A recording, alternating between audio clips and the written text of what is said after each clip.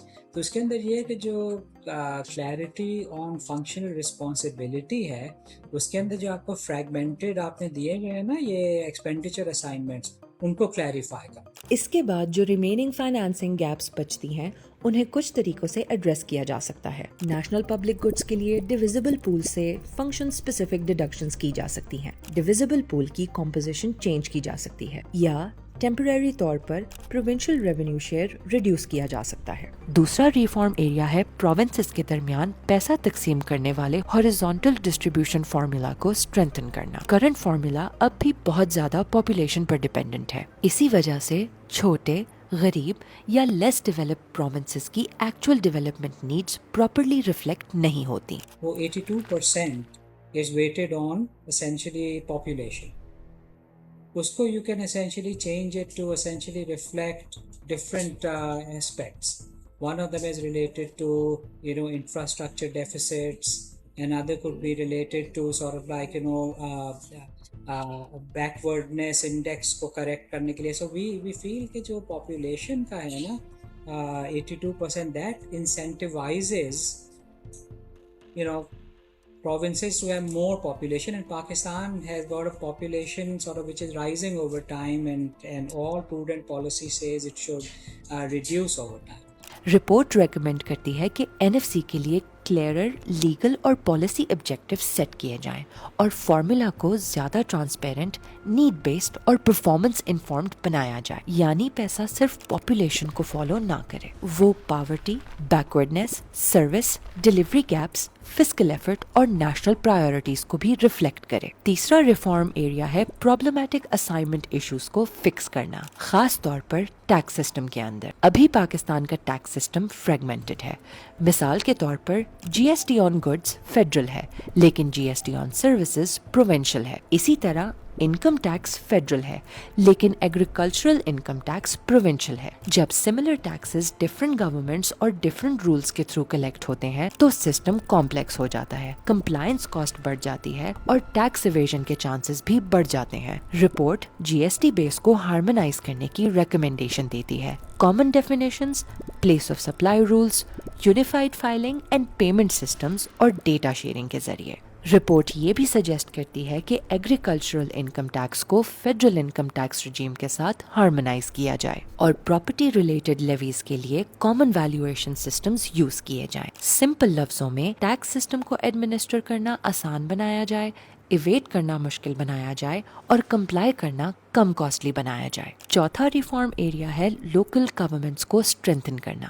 Report recommend کرتی ہے کہ پروونشل فائنانس کمیشن ایوارڈز کو اوور ہال اور افیکٹولی امپلیمنٹ کیا جائے, لوکل لیول اسپینڈنگ کو انکریز اور انسینٹیوائز کیا جائے, ڈیولوشن کے منیمم اسٹینڈرڈ سیٹ کیے جائیں اور لانگ ٹرم میں لوکل گورنمنٹ آٹونومی کو اسٹرینتھن کیا جائے. یہ اس لیے امپورٹنٹ ہے کیونکہ فنکشننگ لوکل گورنمنٹس کے بغیر پیسہ پروونشل لیول پر رک سکتا ہے اور سٹیزنز تک نہیں پہنچ سکتا. پانچواں ریفارم ایریا ہے فسکل فیڈرلزم انسٹیٹیوشنز کو ایکچولی فنکشنل بنانا. پاکستان میں فیڈریشن اور پروونسز کے درمیان کوآرڈینیشن مینیج کرنے کے لیے کئی انسٹیٹیوشنز آلریڈی موجود ہیں جن میں کاؤنسل آف کامن انٹرسٹ یعنی CCI, نیشنل اکنامک کاؤنسل یعنی NEC, نیشنل فائنانس کمیشن یعنی NFC, inter provincial coordination committee یعنی IPCC اور نیشنل ڈیولپمنٹ کاؤنسل یعنی NDC شامل ہے. لیکن یہ انسٹیٹیوشنز اتنی افیکٹولی فنکشن نہیں کر رہے جتنا انہیں کرنا چاہیے. ان کے مینڈیٹس اوور لیپ کرتے ہیں,